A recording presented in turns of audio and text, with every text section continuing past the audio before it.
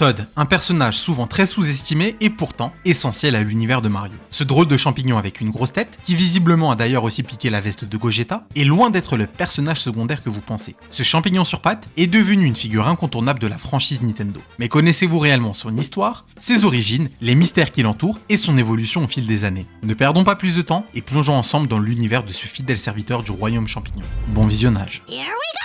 Todd apparaît pour la première fois en 1985 sur la Nintendo Entertainment System et dans le fameux Super Mario Bros.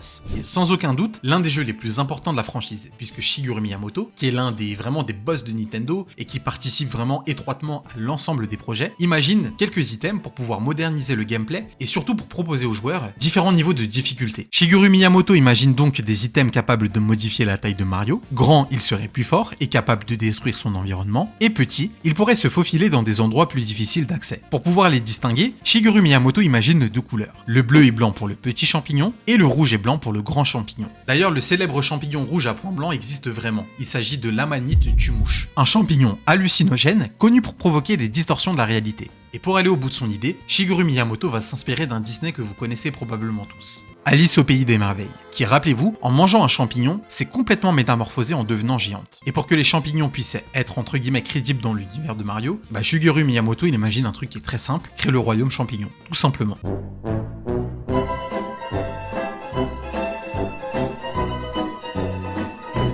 Ce royaume champignon serait habité par des champignons eux-mêmes, dont le fameux Todd, un simple PNJ blanc et rouge, qui est retenu prisonnier par les griffes de Bowser, et ce mystérieux champignon interviendra sans arrêt pour plusieurs raisons. Demander de l'aide à Mario pour sauver la princesse Peach du royaume, l'avertir de certains dangers, et parfois même pour lui donner quelques items. L'objectif des items est tout simplement de rendre le parcours de Mario beaucoup plus simple, et c'est d'ailleurs pour cette raison que Todd n'apparaît pas dans plusieurs jeux. Mais lesquels ?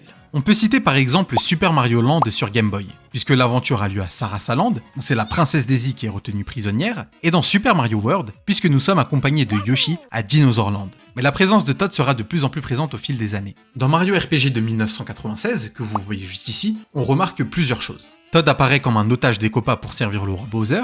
Il y a une multitude de Todd qui vivent au royaume champignon. Leur objectif est très simple, celui de veiller sur la princesse Peach. Il y a également des Todd avec des couleurs et des tailles différentes. Et comme je l'ai mentionné plus tôt dans la vidéo, Todd peut parfois interagir aussi pour vous donner quelques items. Et c'est d'ailleurs ce qu'on va retrouver dans l'un des jeux les plus connus et l'un des plus symboliques de la saga Nintendo, Mario 64. Lorsqu'on est dans le château de la princesse Peach, un Todd nous donne quelques conseils pour pouvoir accéder plus facilement à d'autres niveaux, là où il en profitera pour nous offrir une étoile ni vue ni connue. Et comme je vous le disais, Mario 64 c'est vraiment un tremplin pendant l'univers de Mario. C'est un jeu que tout le monde a connu, du moins la génération 90 et peut-être la génération d'avant. La génération 2000 peut-être un peu moins, mais en tout cas vraiment, pour que vous puissiez vraiment comprendre, Mario 64 c'est une révolution. C'est une révolution dans l'univers de Nintendo, c'est vraiment un jeu qui a su transcender les générations, c'est un jeu qui aussi vraiment a eu sa touche de nouveauté, et c'est surtout le premier jeu où le joystick a été créé. Donc c'est surtout pour vous donner un ordre d'idée sur l'importance de ce jeu à travers le monde. Et c'est notamment grâce à Mario 64 que la Xbox ou encore même la PlayStation a créé les joysticks sur leur manette. Donc c'est vraiment pour vous expliquer à quel point Mario 64 c'est un jeu révolutionnaire. Dans Mario Sunshine, sur l'île Delfino près de la statue centrale, il y a des Todd qui bronzent certes, mais qui sont encore une fois présents pour vous guider dans votre quête principale. Et ce rôle de conseiller, Todd le conservera au fil des années, que ce soit dans Paper Mario sur GameCube, New Super Mario Bros sur DS, Mario Galaxy sur Wii, et j'en passe. Mais c'est surtout lors de Mario Party que Nintendo vient confirmer son rôle. Le jeu met en avant tous les personnages de la franchise, donc on pourrait logiquement s'attendre à ce qu'on contrôle Todd, et pourtant c'est pas du tout le cas. Mais pourquoi ? Pour être honnête avec vous, on n'a pas forcément plus de visibilité à ce sujet-là. On sait juste qu'il interviendra juste comme le présentateur du jeu pour expliquer les règles, et finalement veiller au bon déroulement de la partie. Et c'est exactement les mêmes scénarios dans Super Smash Bros.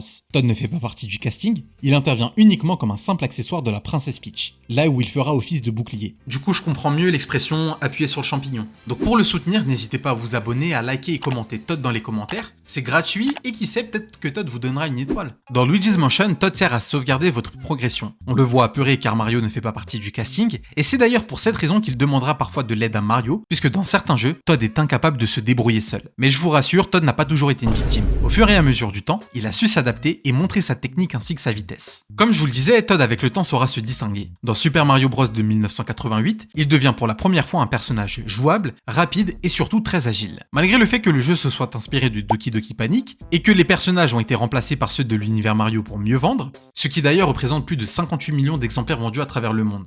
Donc finalement c'était une bonne stratégie, mais après bien évidemment ça reprend en compte quand même les rééditions. Mais ça reste quand même une bonne stratégie pour Nintendo. Todd montre à la fois qu'il est un personnage important et surtout un personnage à prendre au sérieux.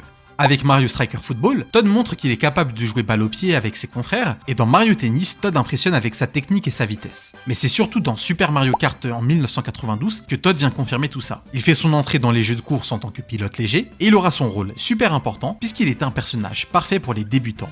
Il est très maniable et surtout très léger à contrôler. Todd commence vraiment à montrer son importance auprès des différents joueurs. Il veut vraiment casser ce mythe de joueur secondaire et veut vraiment s'imposer en tant que rôle principal. Et finalement, Todd mérite sa place de joueur principal, puisque ce petit champignon énergétique accompagnera Mario dans son aventure dans New Super Mario Bros, mais aussi dans Super Mario 3D World. Mais c'est en réalité en 1997 que Todd sera sur le devant de la scène et deviendra le personnage principal. C'est dans Mario's Wood qu'il pourra occuper cette place. Là où il affrontera Wario dans une sorte de Tetris, où l'objectif du jeu est d'aligner les différentes couleurs des monstres pour les faire exploser. En 2014, Todd obtient son propre jeu, Captain Todd Treasure Tracker, disponible sur Wii U. Un jeu de réflexion avec la technologie du gamepad pour récupérer les étoiles, là où Todd devient le héros explorateur d'un monde de puzzle. Au-delà des différents jeux vidéo, Todd finalement a réussi à marquer l'esprit des joueurs. Et c'est notamment pour cette raison qu'on l'apercevra un petit peu partout, puisqu'il apparaît sur des peluches, des figurines, des vêtements, des films, des gifs et des mèmes, et bien d'autres objets de collection. Mais aussi dans les parcs à thème Super Nintendo World que vous pouvez retrouver au Japon, puisque Todd est au cœur de l'expérience, notamment à travers un restaurant thématique qui propose des plats inspirés de son univers. Et sa popularité grandissante et mystérieuse est également renforcée par des personnages similaires, comme les différents variants, ou encore comme Toadette, ce qui enrichit l'univers et diversifie les interactions dans les jeux Mario. Todd incarne souvent la bravoure et l'ingéniosité. Il a traversé les frontières de jeux vidéo, et malgré sa petite taille et son apparence innocente, le personnage de Todd interroge, notamment à propos du mystère autour de son crâne. S'agit-il réellement de son crâne, ou s'agit-il plutôt d'un chapeau? La première théorie est qu'il s'agit véritablement de leur tête, puisque dans un scanner au rayon X, on voit que la tête des Todd est en fait une partie intégrante de leur crâne. Pourtant, en 1989, dans l'un des épisodes de Super Mario Bros Super Show, on voit un Todd utiliser son chapeau pour se parachuter. Et dans le film Super Mario Bros de 1993, il est présenté sous une forme très différente, ce qui forcément décevra les fans. Mais je vous rassure, c'est en 2023 que tout va changer, parce qu'il y a véritablement une pépite qui va voir le jour. Illumination Entertainment produit The Super Mario Bros Movie. Ce film offre une version hyper fidèle et dynamique de Todd, cette fois-ci avec une version accurate du personnage, d'où le casque sur la tête. Et oui, désolé de vous décevoir, toutes les théories qu'on a pu entendre sur Todd, eh bien sont fausses. Ce que Todd a sur sa tête, c'est ni plus ni moins que la continuité de son crâne. Dans ce film, il y a plusieurs versions. La version anglaise est doublée par Keegan-Michael Kay, et pour la partie française, c'est Emmanuel Garigeau. Petit problème de micro, du coup, c'est pour ça que j'ai dû changer ma tenue et que j'ai pas du tout la même apparence. En tout cas, comme je vous l'expliquais, Nintendo a vraiment fait en sorte que la version de Todd dans les films soit vraiment accurate avec les différents jeux. Et c'est ça qui est intéressant, c'est que la version qu'ils nous ont pondue, c'est vraiment la version la plus adéquate possible. Parce que si on regarde de plus près le film, on voit que Todd n'est pas un personnage sans objectif, il accompagne Mario jusqu'à la fin du film, on le voit accompagner Mario pour pouvoir convaincre la tribu des Donkey Kong, et lors des courses-poursuites avec les sbires de Bowser, Todd est toujours centré dans l'action.